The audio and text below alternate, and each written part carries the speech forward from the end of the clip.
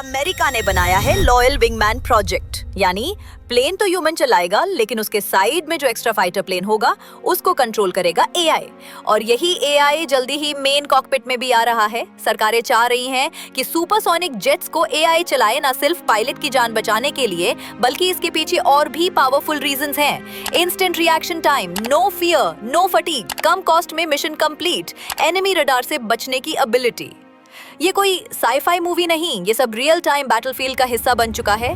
तो सवाल ये है, क्या ड्रोन्स और एआई फाइटर पायलट्स की जगह ले सकते हैं? और अगर हाँ, तो क्या इंसानी पायलट्स अब पास्ट बन चुके हैं? आइए जानते हैं full story, drones versus humans, किसकी होगी जीत? ये सिर्फ एड टेक्नोलॉजी का डिस्कशन नहीं है, ये फ्यूचर वॉरफेयर, यूथ जॉब्स और नेशनल सेफ्टी का डिसीजन है। कल अगर वॉर हो जाए तो क्या हम अपने ट्रेन पायलट्स की जान को रिस्क में डालेंगे या भेजेंगे एक एआई ड्रोन स्क्वाड जो बिना रेस्ट लिए, बिना डरे मिशन कंप्लीट करे? और अगर आप डिफेंस एस्पिरेंट हो या एआई, एरोस्पेस या ड्रोन टेक में करियर बनाना चाहते हो तो ये वीडियो आपके लिए करियर का रोड मैप बन सकता है। फ्यूचर वॉर्स अब कॉकपिट से नहीं, सैटेलाइट और टच स्क्रीन से कंट्रोल होंगी। तो चलिए करें clear comparison, drones versus human fighter pilots. Speed, human को डिसीजन लेने में 2 सेकंड लगते हैं, ड्रोन मिलीसेकंड में अटैक कर देता है। एक्यूरेसी, पायलट थक सकता है, घबरा सकता है, लेकिन एआई कोल्ड, कैलकुलेटेड, प्रिसाइज।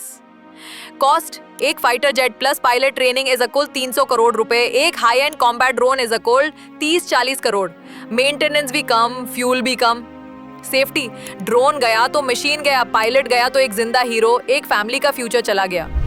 लेकिन ह्यूमन पायलट का बैटलफील्ड एक्सपीरियंस, गट फीलिंग और अनप्रेडिक्टेबल एनवायरनमेंट में अडैप्ट करने की एबिलिटी, एआई अभी तक उस लेवल तक नहीं पहुंचा। कभी-कभी एक वॉर जीतने के लिए इंस्टिंक्ट चाहिए, एल्गोरिदम नहीं। अब बात करते हैं इंडिया के ड्रोन रेवोल्यूशन की। डीआरडीओ ने बनाया है cats warrior combat air teeming system, जिसमें एक तेजस फाइटर जेट के साथ छोटे एआई ड्रोन्स फ्लाई करते हैं। ये ड्रोन्स बैटलफील्ड पे सेल्फ डिसीजन लेते हैं, रेडार डॉज करते हैं, अटैक प्लान बनाते हैं, मिशन कंप्लीट करके सेफली वापस आते हैं।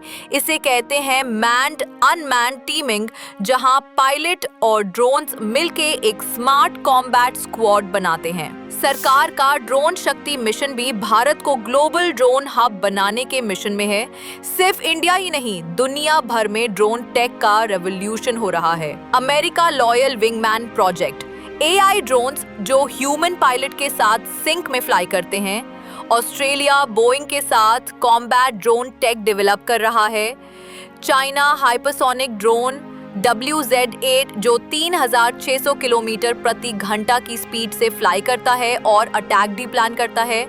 Russia Ukraine war, kamikaze drones सस्ते, फास्ट और डेडली एनिमी टैंक्स और बेस स्टेशंस को डिस्ट्रॉय करने में इनका बड़ा रोल रहा है।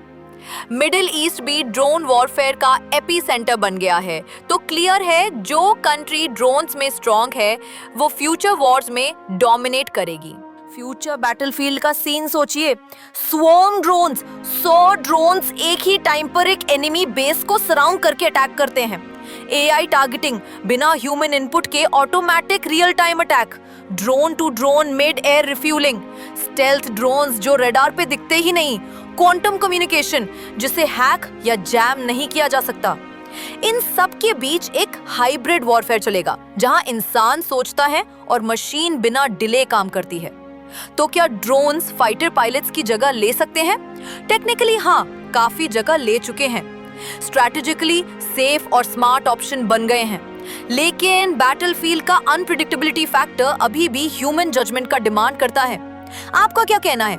क्या आप एआई ड्रिवन ड्रोन्स के सपोर्टर हो या आपको लगता है इंसान की सोच अनबीटेबल है? कमेंट में अपना ओपिनियन शेयर करें। वीडियो पसंद आई हो तो लाइक करना ना भूलें और ऐसे ही फ्यूचर टेक, डिफेंस और इनोवेशन के कंटेंट के लिए सब्सक्राइब करें। मिलते हैं नेक्स्ट फ्यूचरिस्टिक एपिसोड।